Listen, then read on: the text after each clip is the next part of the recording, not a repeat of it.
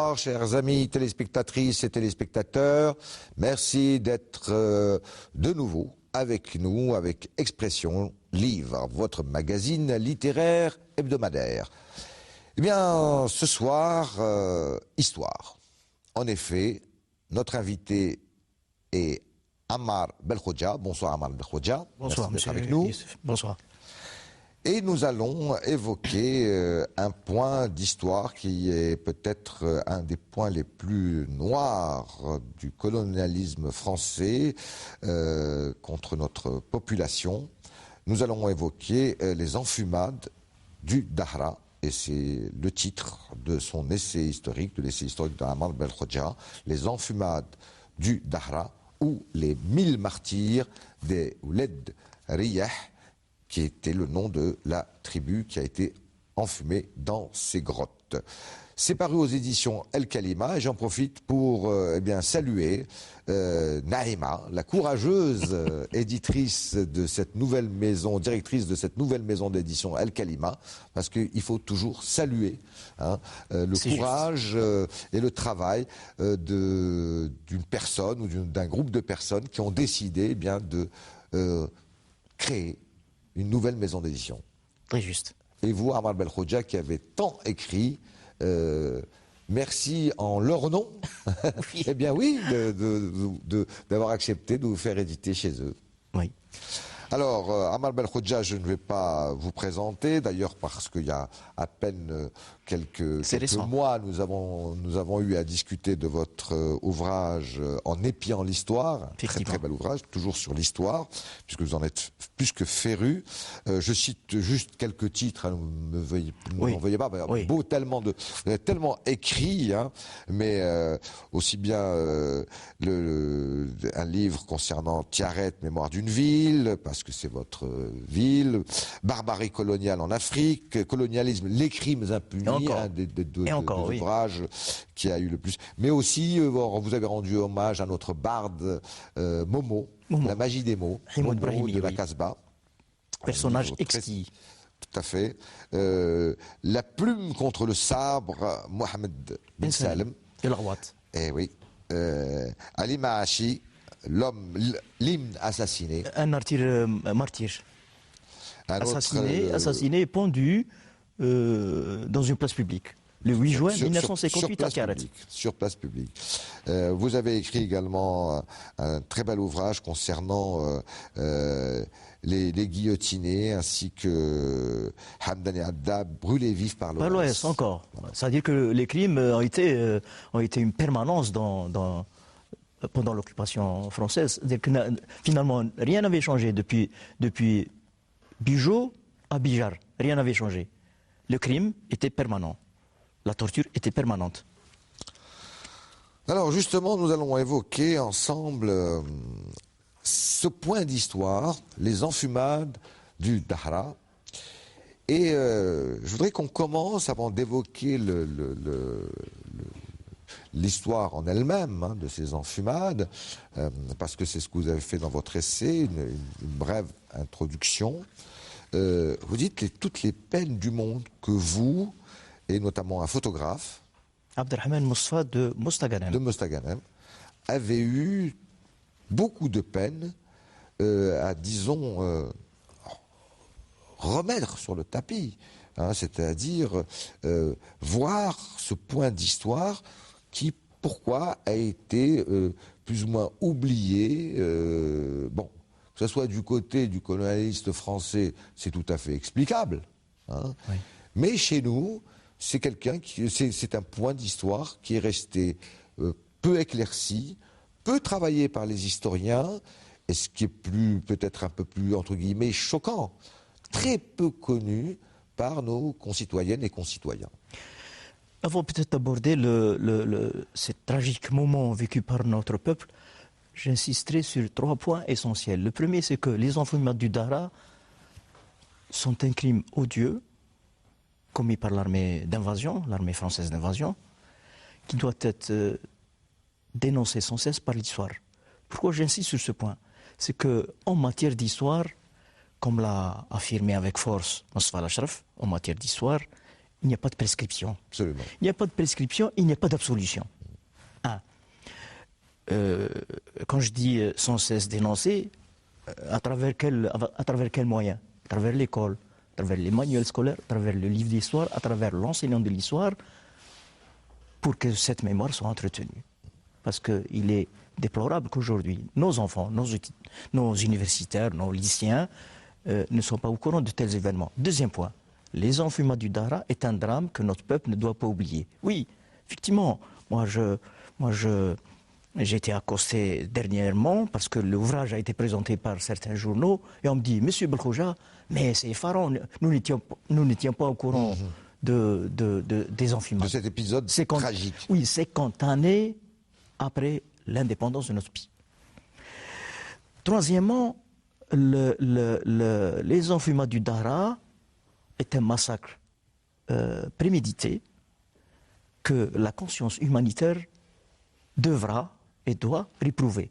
Pourquoi je dis conscience humanitaire? Parce que les crimes qui ont été commis en Algérie, les crimes collectifs et les massacres, n'ont pas été commis uniquement contre le peuple algérien, mais ils ont été commis contre le genre humain. Et s'ils ont été commis contre le genre humain, aujourd'hui, la conscience humanitaire doit s'insurger moralement pour dire, attention, les expéditions décrétées par les colonialismes de différentes nationalités, qu'ils soient belges, anglaises ou françaises, ou portugaises, furent des entreprises contre l'humanité tout entière. Alors, ce qui est très étonnant quand commence votre ouvrage, Amar Belkhoja, dès le début, c'est que déjà, bon, on connaissait, hein, bien sûr, d'aucuns ont entendu parler de ces enfumades du Dahra, etc., sans plus de précision. Mais ce qui était étonnant, c'est vous racontez, pas par le détail, mais quand même de façon assez précise, vous dites, on a eu quand même assez de mal déjà à situer très exactement l'endroit. Le plan géographique. Ce qui me semble absolument effarant, pour le moins. Oui. C'est le plan géographique, ça a été toutes les peines du monde pour situer avec précision et exactitude où se trouvaient les grottes. Ça a été une véritable aventure. Monsieur Abdelrahman Mousfa, de son côté, que je ne connaissais pas. Oui, ça a été une rencontre du hasard. Oui, du hasard. Et moi, de mon côté, je profitais de mes reportages journalistiques. Moi, j'étais journaliste au quotidien Moujahid, et je profitais à chaque déplacement pour essayer de faire de l'investigation. Et finalement, maintenant, je reviens à une autre notion. Autrefois, on disait, on est en train d'étudier l'histoire, on passait des licences d'histoire-géographie. Oui. C'est-à-dire que la géographie était associée, associée intimement à l'histoire. Vous savez ce que disait le grand historien Lacoste, qui est ami de l'Algérie. Il disait, quand on lui posait la question, à quoi sert la géographie? Il disait malheureusement bien souvent à faire la guerre. Alors finalement, on savait vaguement que 4 enfumades avaient eu lieu, enfin 2 emmurements et 2 enfumades, dans le Dahra. Le Dahra, c'est des massifs assez étalés de Mossaganem dans la région de Hachhacha, jusqu'aux abords de Miliana, Ténès, Chlef. La grotte dont on a parlé le plus fut la Ghar Freshih. Dans l'écriture historique, tantôt c'est Ghar Freshih, tantôt c'est Ghar Freshish, mais finalement c'est Ghar Freshih. Ghar Freshih se trouve actuellement dans la commune de Nekmeria. Là aussi, sur le plan de la phonétique, la population locale prononce Negmeria, mais les Français ont déformé un peu sur le plan de la toponymie. Il y a beaucoup de choses à corriger. Alors donc c'est Nekmeria. Nekmeria, c'est dans la daïra de Hachhacha, dans la wilaya de Mossaganem. Donc c'est une grotte, une immense grotte que nous avions découverte. Et dans cette grotte, un colonel de l'armée française qui répond du nom de Pélissier, sur ordre du général Bugeaud qui avait le commandement de l'armée française et qui était devenu aussi, on l'avait nommé en 1841, gouverneur général de l'Algérie. Ça, c'est pour Bugeaud. Bugeaud, il cumulait. Alors, avant qu'on entre dans le détail sur le fait historique lui-même, je voudrais quand même qu'on revienne, parce que c'est très important, ce fait, ce que vous signaliez dans votre ouvrage, Amar Belkhodja, c'est le fait que, il n'y a pratiquement pas, non, il n'y a pas eu, ce que je dirais d'expédition scientifique, ou historique, pour aller fouiller cette grotte, trouver l'endroit exact, faire des fouilles, envoyer des médecins légistes pour voir s'il y avait des restes, que ce soit des restes malheureusement humains ou autres. Rien, puisque moi j'ai lu un article, là, je suis un peu renseigné, les ossements humains qu'on a. Il a fallu attendre juin, je crois, une petite expédition en juin 2011, donc c'est juste là, pour qu'on ait on ait trouvé des ossements humains qui attestent bien non seulement de l'enfumade, mais ça, l'attestation, on l'avait déjà malheureusement par les écrits des rapports des officiers français. Qui ont rapporté cela avec fort détail. Oui. Mais il fallait aller plus loin, on verra pourquoi. Alors, donc 2011, ça me semble un peu fou. Vous montrez une photo d'une plaque commémorative, mais c'est votre ami photographe et vous-même qui, de vos propres deniers, on l'a initié, oui. L'avez mis en place dans le village pour marquer que c'est bien ici le drame s'est passé, que l'horreur s'est passée. Absolument. C'est là où je me dis, c'est quand même très peu, vous signalez qu'il y a très peu d'ouvrages qui parlent expressément de ces enfumades, ou très peu d'études qui ont été faites. Vous allez encore plus loin, Mme Belkhodja, vous dites, c'est quand même quelque chose qui était connu, même si on n'en connaissait pas très en détail, etc. Enfin, quand même, on en a entendu parler.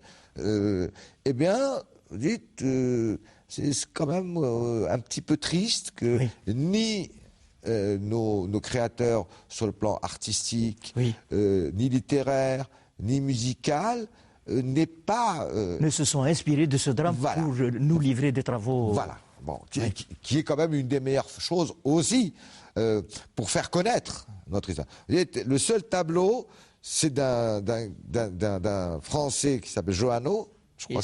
Il a déformé complètement déformé, puisqu'il montre que, on verra la thèse officielle de l'époque, c'est qu'ils se sont entretués entre eux. C'est le mensonge outrageant.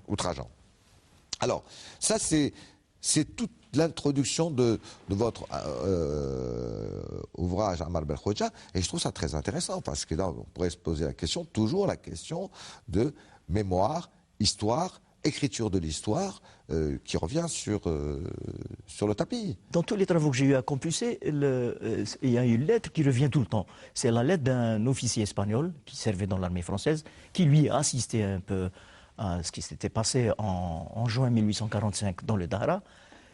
Et il avait correspondu avec sa famille. Cette lettre est reprise par le plus grand nombre de chercheurs et d'historiens, y compris Moustapha Al-Sharaf, Francis Janson. François Maspero, je crois également. François Maspero, on a parlé aussi. François Maspero, parce qu'il avait consacré un ouvrage à Saint-Arnaud. Qui lui est coupable aussi coupable d'un emmurement. J'y reviendrai peut-être avec plus de détails. Donc ce qui est, je ne dirais pas ce qui est déplorable, c'est qu'il n'y a pas eu jusque-là un travail exclusif consacré aux enfumades du Dahra.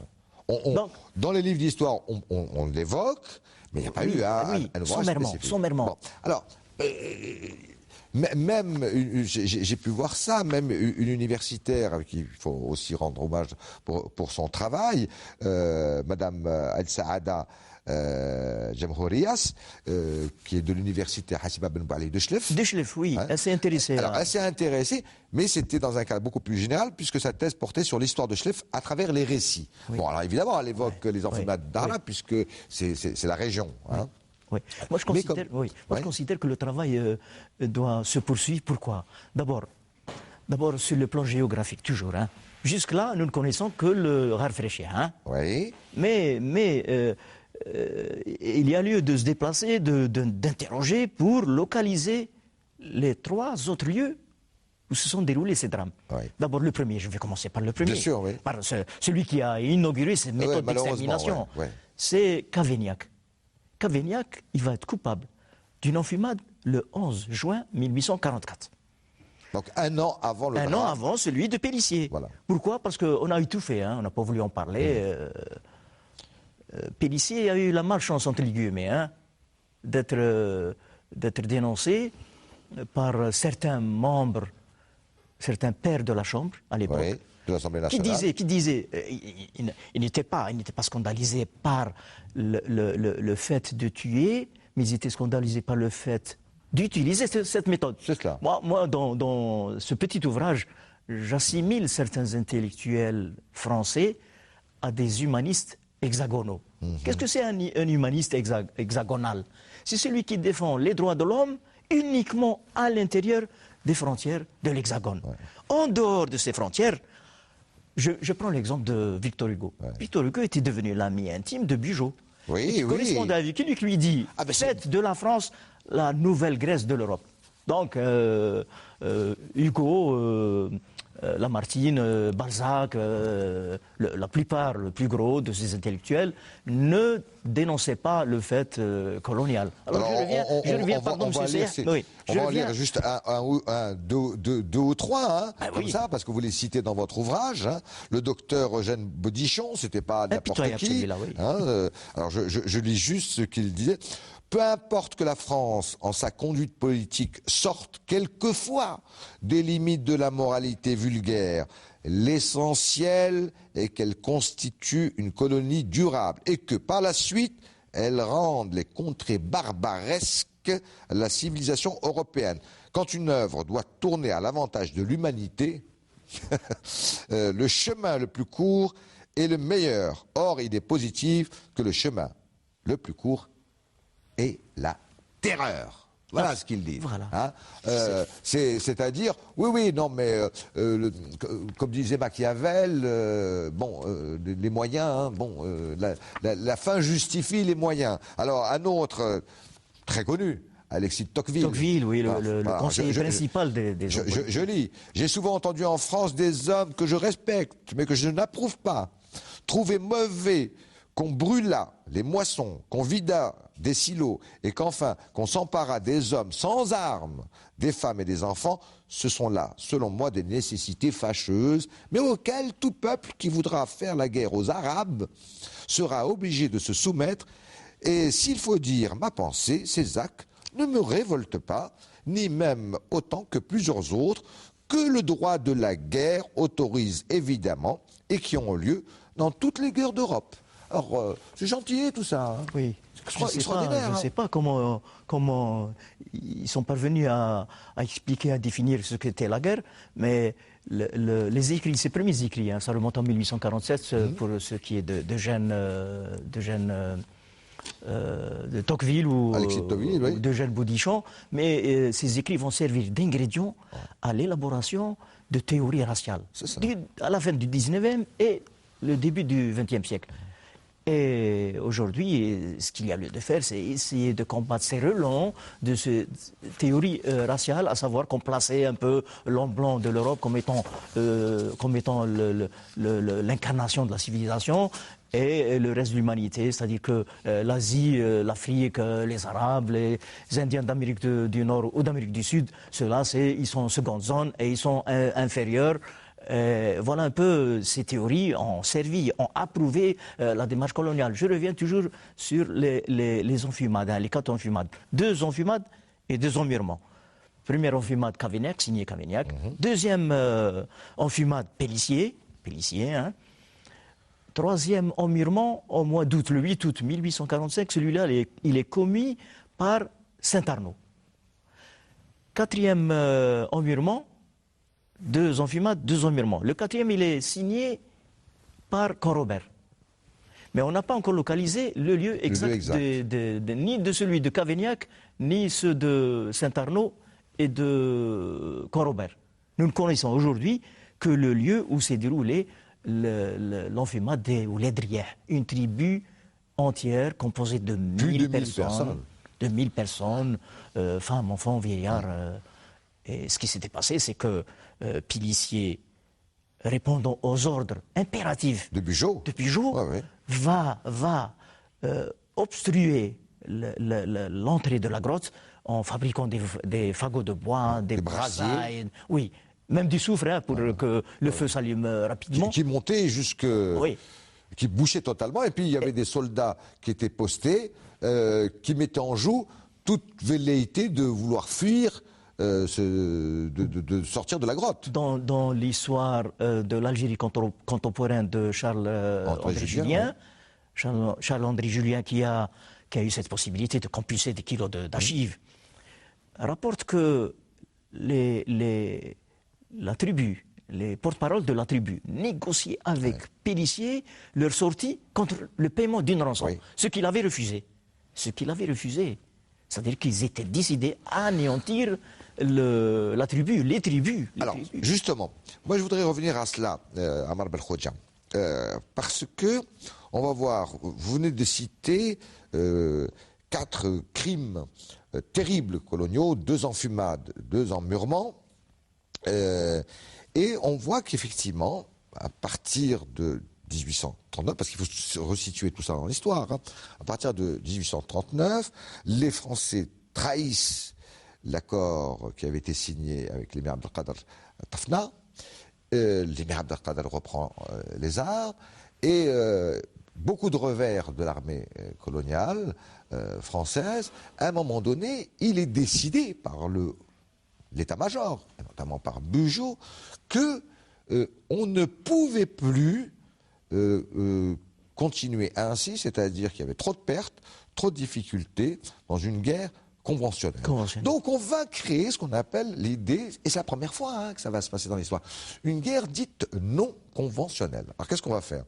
On va brûler les récoltes, faire des razzias, déplacer des populations, tuer femmes et enfants, et puis, voilà, et massacre. Et alors on voit bien que ces enfumades, ces emmurements, vont aller dans cette politique dite de la terre brûlée ou de la guerre non conventionnelle, c'est-à-dire qu'il faut absolument faire en sorte qu'il y ait des crimes qui vont tellement jouer dans l'imaginaire, des populations indigènes, entre guillemets, qu'elles vont commencer à se détacher de l'émir Abdelkader, hein, et puis de toute façon, elles vont mourir de faim, hein, donc elles vont petit à petit se soumettre et ne plus donner leur appui à l'émir Abdelkader. Et c'est une politique, comme à un moment donné, c'est écrit par les officiers, les officiers supérieurs français, on va faire en sorte de dresser le Kabyle contre l'Arabe, de dresser telle tribu contre une autre, etc.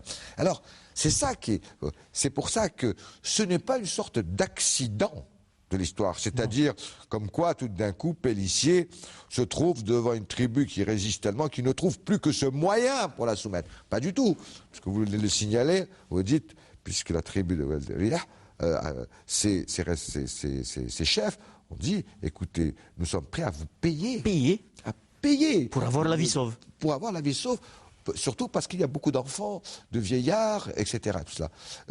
Non, Bugeaud lui a dit, Cavaignac t'a donné l'exemple, enfume-les comme des renards. Oui, voilà. comme des renards. Donc c'était une politique parfaitement bien. C'est délibéré, c'est bien programmé, parce que Bugeaud, quand il est nommé gouverneur général de l'Algérie en 1841, avait décidé d'en finir avec l'émir Abdelkader. Les Français, en 1830, avaient cru d'abord que ça allait être une petite balade. C'est ça.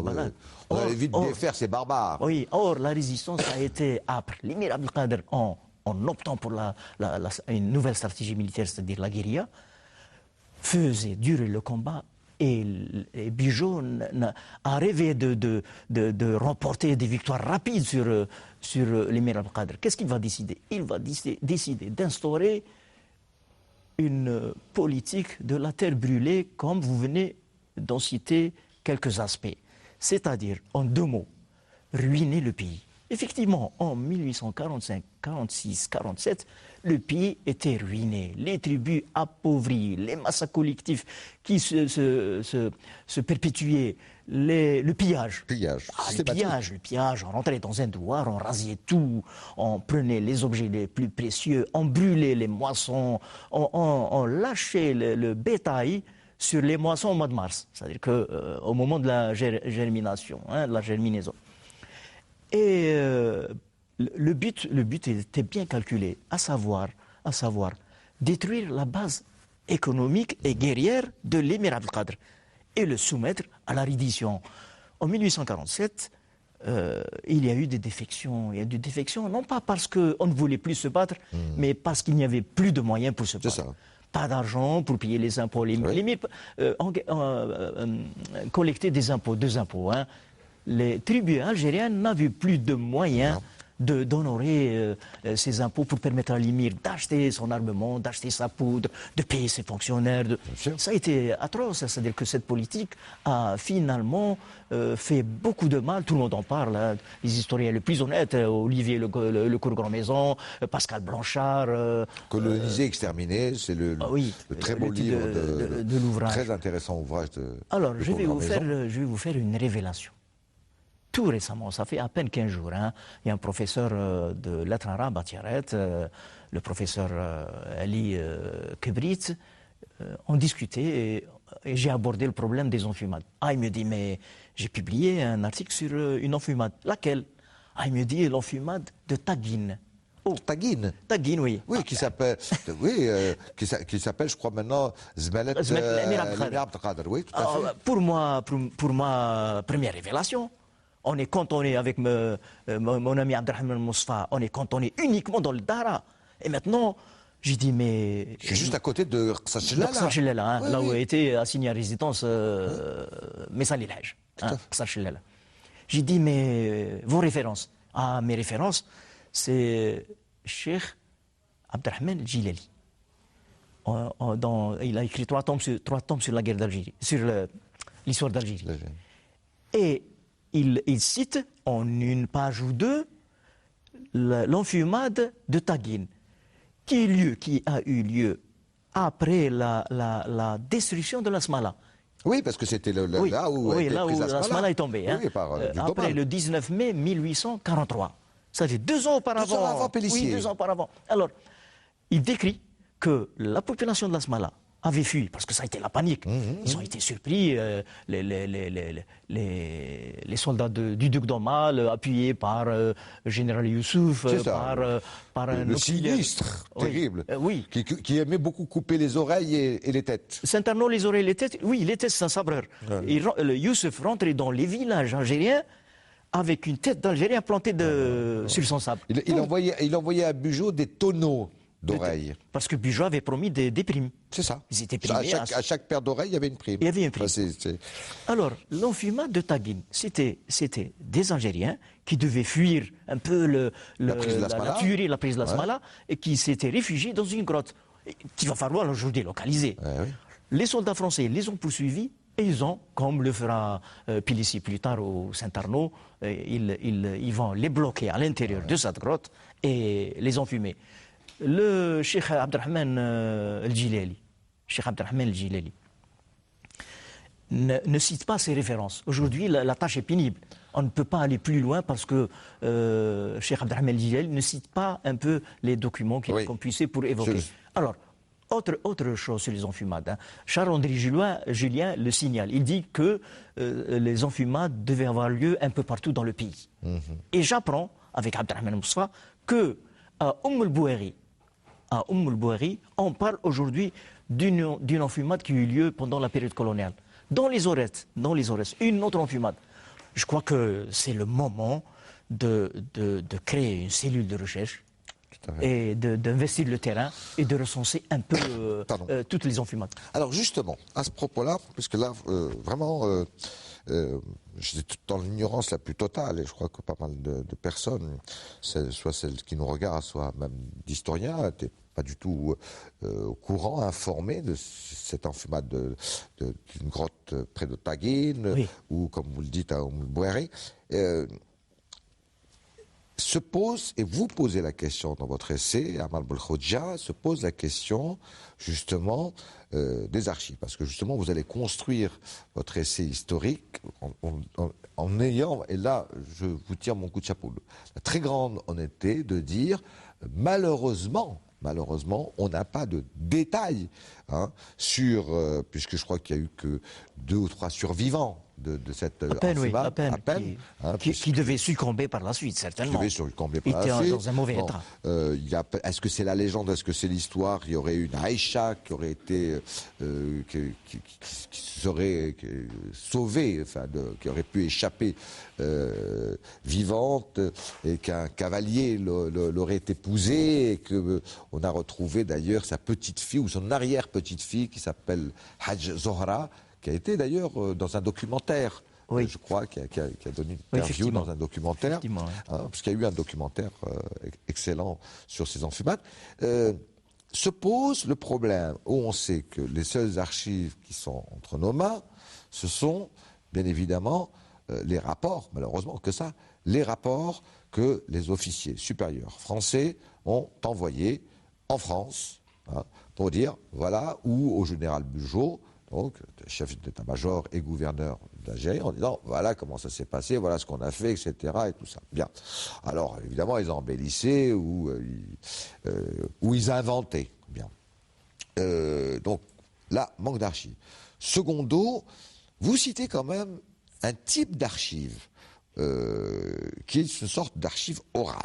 Vous dites, peut-être qu'il faudrait faire des recherches sur ce qui a pu être soit chanté, soit déclamé, aller dans les villages environnants, c'est-à-dire la mémoire populaire, la mémoire orale populaire, où on peut peut-être retrouver, par rapport à un meddah ou un poète, un barde, qui aurait pu aller de village en village en racontant. Peut-être c'est aussi possible d'une muraille. Troisième type d'archives, des archives qu'on peut trouver sur le terrain, c'est-à-dire, on y va, puisque je donne juste l'exemple, et je termine là, c'est un peu long, les enfumades, par exemple, de Dahra, de Rar Feshish, quand, ça c'est dans le rapport officiel de Pélissier, il dit à un moment donné, et quand ils ont sorti les corps, ils disent, mais la grotte est tellement énorme, il y a une telle puanteur que même le médecin militaire a dit, aux soldats, il vaut mieux sortir. Donc on suppose qu'on a laissé encore d'autres corps cachés dans des recoins. Donc on ne sait pas très, très exactement le chiffre. Il y a un petit peu ce chiffre mythique de 1000, mais c'est certainement peut-être beaucoup plus. Alors que je crois que sur le rapport de Pélissier, il en comptabilise 967 de ce qu'il en a sorti. Mais certainement, il y en a beaucoup plus. Plus que 1000. Alors, il y a aussi ça qui est excessivement important, c'est-à-dire une expédition avec des médecins légistes, avec des archéologues qui iraient dans ces grottes pour les fouiller de fond en comble pour pouvoir tirer des morceaux d'histoire, des fragments d'histoire. Au plan de l'investigation, dans notre société, nous avons des gouels et des gouelettes. Les gouels et les gouelettes, je peux parler des poètes populaires, Cher Melhoun, accompagnent les moments heureux et les moments malheureux de notre société, de notre peuple. Donc je crois que de ce côté-là, il faut continuer à défricher. Il est probable qu'on trouverait des poèmes. Et le poète populaire est toujours un outil qui va contribuer à l'écriture de l'histoire. La mémoire collective, effectivement, ceux qui ont survécu ont parlé à leurs enfants et les autres ont parlé à leurs petits-enfants. Il resterait toujours des bribes. Des bribes. À propos d'archives, il y a un fait que nous ne connaissons pas, c'est que Madame Bugeaud, au lendemain du décès de son époux, a brûlé toutes les archives que lui avait laissées son époux. Cela veut dire quoi? Cela veut dire qu'il y a des rapports, il y a des documents forts, compromettants pour Bugeaud et ses officiers. Et ces archives-là ont été brûlées parce qu'ils Il y avait Parce beaucoup... on peut penser à un moment donné que, bon, il y a le rapport officiel de Pélissier Bugeaud qui va d'ailleurs le couvrir, parce Oui. qu'il va avoir un petit peu de problème quand même, parce qu'il va y avoir en France peu de voix quand même humanistes qui vont s'élever en disant mais c'est une horreur totale de ce type de guerre que vous employez, ce type de... C'est affreux. Hein, il y a eu quelques députés quand même qui ont eu le courage de s'élever, d'élever leur voix. Mais Bugeaud a totalement couvert Pélissier, mais on sait très bien comment ça se passait, c'est-à-dire qu'il y a le rapport officiel Pélissier-Bugeaud, mais il peut y avoir aussi des rapports de capitaines ou de sergents qui ont pu arriver à l'état-major et qui, eux, peut-être ont raconté l'horreur sous un autre angle, beaucoup moins valorisant, beaucoup moins héroïque. Absolument. Pour l'armée française, je veux Absolument. dire. Hein, peut-être que des gens se sont insurgés. On peut penser que sur la colonne de 4000 hommes qui est montée vers les grottes, il peut y avoir quand même quelques honnêtes hommes. Oui, oui. Quand même. Oui, il ne faut pas... Oui, quand même, faut pas mettre tout le monde dans le même panier. Hein. C'est sûr. Bon, c'est vrai que c'était horrible parce qu'ils bivouaquaient tranquillement.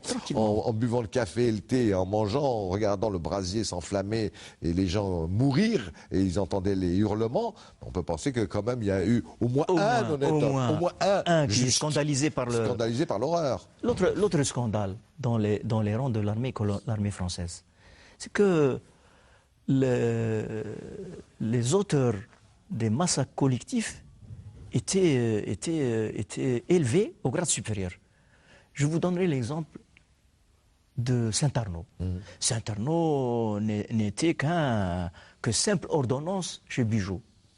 Il va gréver les échelons, il va terminer général et il va obtenir le bâton de maréchal. Il termine sa carrière en qualité de maréchal. Ce qui va là pour Pélissier. Pélissier, auteur d'un crime collectif, il va être porté au grade de colonel, il va passer général, et il va terminer gouverneur général de l'Algérie en 1864. Et maréchal de France. Et maréchal de France. Alors, j'évoque un auteur français qui, c'est un sujet un peu contre les massacres coloniaux, c'est le docteur Paul Vignier-Doctan, député de la Troisième République. Il n'a jamais accepté à ce que l'entreprise coloniale se fasse de cette manière-là, par des massacres coloniaux. Et il a laissé une formule que nous reprenons, que tous les historiens européens, Algérie, terre à galon. C'est ça. Vous voulez prendre du galon, allez en Algérie. Terre à galon, mais pas dans les batailles loyales contre les insurgés algériens. Dans les massacres, Alors, obtenir des grades par la compétition macabre, moi je... Vous me parlez de ça, Mme El-Khoja. Souvenons-nous que c'était une chanson qu'on pensait... Enfin, elle l'est, bien sûr, de fond colonial, mais en même temps, elle montre bien ce que pouvaient être ces généraux français qui étaient tous des deux quelque chose. De quelque chose, la noblesse française. Qui partaient en Algérie, alors qu'ils étaient absolument des inconnus en France, ils n'avaient rien fait de spécial, mais là, ils revenaient avec tous les honneurs, mais bien sûr, parce qu'ils employaient ces méthodes-là. C'est l'histoire de la chanson de la casquette du père Bugeaud. Oui. Bon, l'histoire de la casquette du père Bugeaud dont tout le monde a entendu parler, c'est tout simplement parce que un jour, dans le camp où Bugeaud était là, etc., il y a eu effectivement une attaque surprise tellement importante de la part des troupes de l'Émir Abdelkader, tellement ils les ont pris par surprise, que Bugeaud est sorti de sa chambrée, pratiquement en pyjama, sans tenue militaire, et évidemment sans casquette, tellement il craignait. La peur l'a fait sortir de sa chambrée sans sa tenue. Donc tout le monde, évidemment, les soldats, après l'attaque, ont bien rigolé, et ils ont dit où est-ce qu'elle est passée la casquette du père Bugeaud. C'est-à-dire il a tellement eu la peur de sa vie, il n'a même pas eu le temps de s'habiller. Alors, on voyait bien que c'était loin d'être des vaillants et courageux et chevaleresques breuteurs. C'était des gens qui étaient venus pour faire de l'argent, pour obtenir du galon. Et tout simplement pour tuer de l'arabe. Du galon.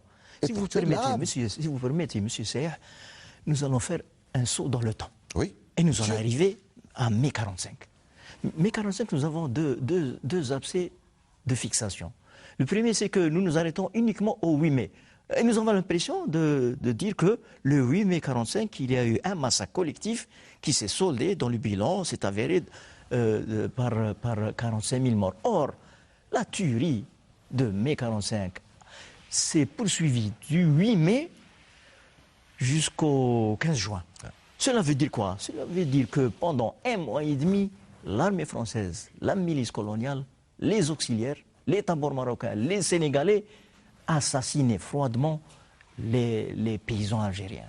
Et aucune réaction du gouvernement officiel français à l'époque, le gouvernement provisoire bien français. au contraire, la commission Tubert fut rappelée 24 heures après son arrivée en Algérie, de crainte d'exhumer ce scandale, cette tuerie. Je reprends une belle formule de Abdelaziz Khaldi, qui a écrit un pamphlet pour dénoncer les massacres coloniaux, les massacres du mai 1945. Il a dit que la France coloniale, l'armée française, a opté pour un héroïsme à bon marché. Qu'est-ce que c'est l'héroïsme à bon marché? C'est l'économie des cartouches en enfumant des tribus entières. Ouais. Et c'est assassiner des populations sans défense. Hein? C'est ça, mai 1945. Et puis, on évoque le chiffre 45 000 morts. Mais on oublie qu'il fut délibéré d'achever les blessés. On ne parle jamais de blessés. Il y a eu 45 000 morts. C'est que les ordres ont été donnés de tuer, de ne laisser aucun survivant. Et un criminel qui va se révéler pendant les massacres de mai 1945, c'est le boucher de Guelma, André Achiari. Aujourd'hui, 50 années après l'indépendance, moi, je suis chagriné qu'on n'ait pas dressé le portrait de ce grand criminel que nous allons retrouver en 1956 à la Casbah parce qu'il fit déposer une bombe qui avait explosé de nuit en tuant plus de 30 Algériens. La fameuse bombe à la rue de Thèbes. Je remonte dans le temps toujours. Hein? Non, je remonte. Non, je fais un saut dans le temps. 1959, en pleine guerre d'Algérie, à la frontière algéro-tunisienne, dans la région de Tébessa, au lieu dit El Kouif, des Algériens, des vieilles dames, des vieilles femmes avec des enfants vont fuir l'aviation française. Pendant la guerre d'invasion avec Bugeaud et ses acolytes, l'arme la plus redoutable fut le canon. Pendant la guerre d'Algérie, l'arme la plus redoutable fut l'aviation. On bombardait à volonté les décharges. Alors, la population composée de 120 femmes et enfants vont pénétrer dans une grotte dans l'espoir d'être protégés. L'armée française va envoyer une section avec du gaz et des grenades. Et ils vont exterminer des femmes et des enfants à l'intérieur d'une grotte dans le cuivre. Mais finalement, rien n'avait changé depuis Pélissier à la guerre d'Algérie. Les mêmes méthodes vont se poursuivre. Les mêmes méthodes, oui. Alors, vous le signalez effectivement, Pélissier que vous appelez Attila... Bugeaud, Bugeaud, que vous appelez Attila ou le fléau de Dieu. Ouais. Vous dites, oui, c'est vraiment... il n'a pas fait ni plus ni moins, peut-être que j'exagère, mais c'est vraiment cela, c'est-à-dire... tuez-les tous, Dieu reconnaîtra les siens, mais là, il n'a pas terminé la phrase. C'est tuez-les tous, point. Point barre. Hein. C'est vraiment le titre de l'ouvrage coloniser, exterminer est parfaitement justifié, hein, de le cours de la Grande Maison, que nos téléspectatrices et téléspectateurs peuvent tout à fait trouver dans les librairies à travers le territoire national, puisqu'il a été réédité. Algérie, terre à galon. Algérie Terre à Galon, en 1957, le lieutenant Charbonnier va torturer et faire disparaître le corps de Maurice Audin et il est élevé à un grade supérieur. Osarès et Ben Mehdi. Oui. Et vous évoquez également d'ailleurs, pendant la lutte de libération nationale, dans ces cuves, dans ce qu'on appelle de l'horreur totale. J'ai eu malheureusement à visiter ces cuves, des cuves en briques de verre où on jetait des prisonniers et que ce soit hiver ou en hiver, quand on est à l'intérieur, il fait un froid parce que évidemment c'est de la brique de verre, hein, donc avec une profondeur qui atteint les 20-30 mètres, hein, pratiquement de profondeur. Et en été, c'est encore plus horrible puisqu'il y a la réverbération et la chaleur et on meurt étouffé au bout avec les effluves en plus. Alors, Je ne vais pas rentrer dans le détail sur la partie purement historique, parce que je voudrais laisser à ceux qui nous regardent le soin de découvrir à travers votre ouvrage, parce que ce que j'ai beaucoup aimé, encore une fois, c'est que vous dites, bon, on n'a pas d'archives très exactes de ce qui a pu se passer à l'intérieur, puisque, oui, bon, malheureusement, tous sont morts, à part un ou deux, qui ont pu survivre encore dans quel état.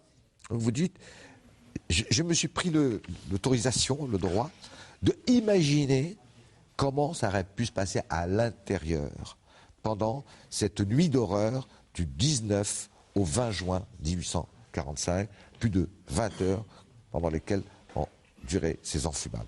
Et j'avoue que, sans me tromper, Amal Belkhodja, vous êtes certainement très proche de la vérité. Ah oui. Je le présume, vraiment, je le souhaite. Vraiment, parce que, je dis encore une fois, je laisse à nos téléspectateurs le soin de découvrir ces moments. En plus, c'est agrémenté, si je puis m'exprimer ainsi, hein, de croquis, où on montre l'horreur.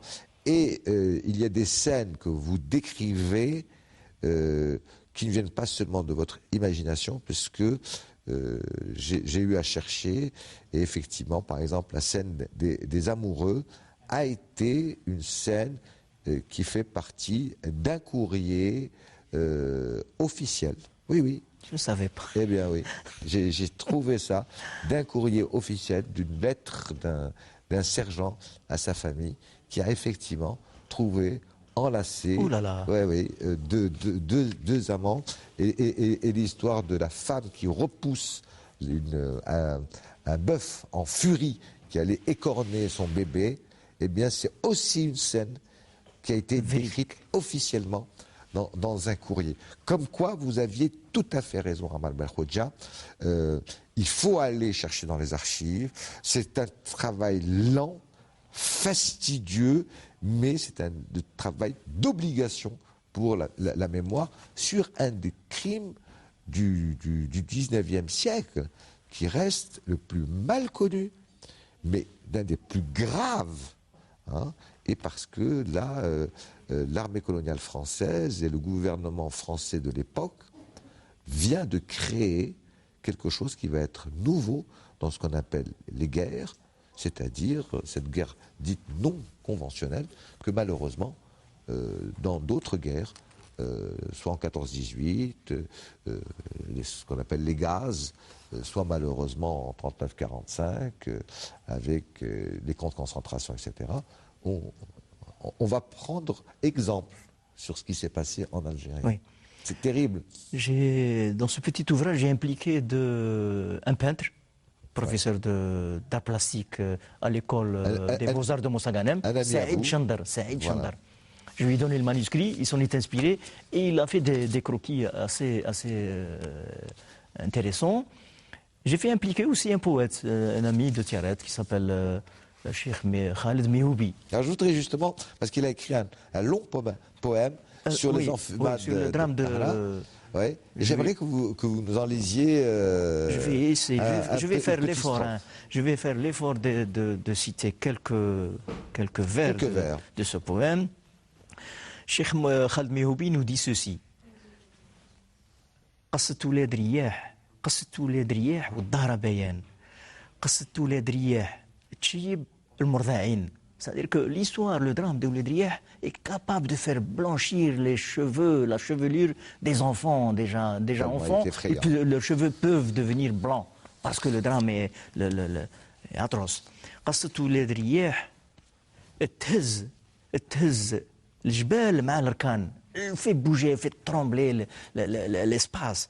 قصة ولاد رياح تهيج البحور الراكدين. Quand on raconte le drame de Ouled Riyah, eh bien la mer, si elle est calme, et si on lui raconte ce qui s'était passé à l'intérieur de cette grotte, la mer va être houleuse, il va y avoir de la tempête. قصة ولاد رياح تبكي الجوارح في الأركان. قصة ولاد رياح تهول العقول الصابرين. Les esprits les plus paisibles vont être troublés au récit, au drame des enfants, des femmes, des vieillards qui vont agonir pendant près de 20, 36 heures, pendant qu'au dehors, policiers bivouaquent avec ses soldats. قصة ولاد رياح كل العقول الصابرين، قصة ولاد رياح ترمي الفرح في الحزان. نقطة في التاريخ معفونة وعفين، نقطة في التاريخ معفونة وعفين، c'est que ces pages ne peuvent être que noires dans l'histoire de la colonisation. Merci beaucoup Ammar Belkhodja, merci mille fois d'être venu sur le plateau.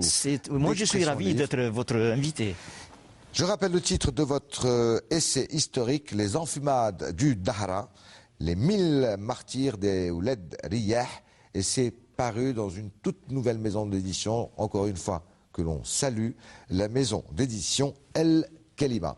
Merci, M. CR. J'espère vous voir très bientôt et puis pour voir surtout, parce que je suppose que vous allez continuer votre travail d'investigation sur pas seulement les enfumades du Dahra, mais comme vous parliez des enfumades qui seraient passées à Taguine, à Moulbouari et peut-être même ailleurs. Inch'Allah. Voilà, je vous donne rendez-vous à la semaine prochaine pour un nouveau numéro d'Expression Livre. Restez bien sur votre chaîne préférée, Canal Algérie. Bonsoir à vous, bonsoir chez vous. À mardi soir prochain, même heure, même punition. Excellente soirée.